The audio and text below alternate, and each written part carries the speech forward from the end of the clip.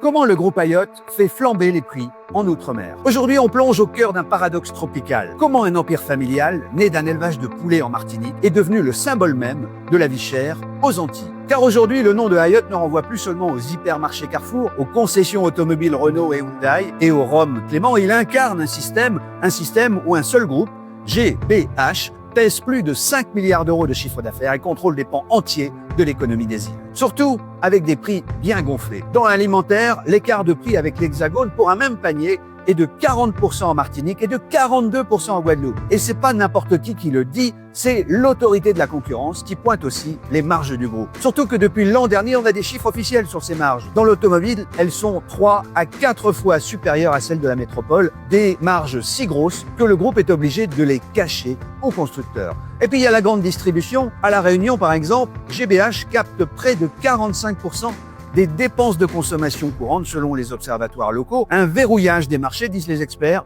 un étouffement, disait même Manuel Valls l'an dernier. Le groupe Ayotte, lui, se défend, 2% de marge nette, pas plus, pas moins. Mais ces bénéfices, qui étaient de 227 millions d'euros en 2023, en hausse de 11%, racontent une autre histoire. Car oui, pour la première fois, GBH, le groupe Ayotte, a été contraint de publier ses comptes. Une brèche dans une culture du secret vieille de 60 ans. Une brèche qui pourrait tout changer car derrière les slogans sur la vie chère, il y a une réalité simple. Quand un acteur contrôle l'importation, la distribution, l'automobile, le béton et même les spiritueux, tout le monde passe à la caisse. La question n'est plus de savoir si GBH est trop gros, mais si un territoire peut respirer quand un seul groupe fournit la moitié de son oxygène.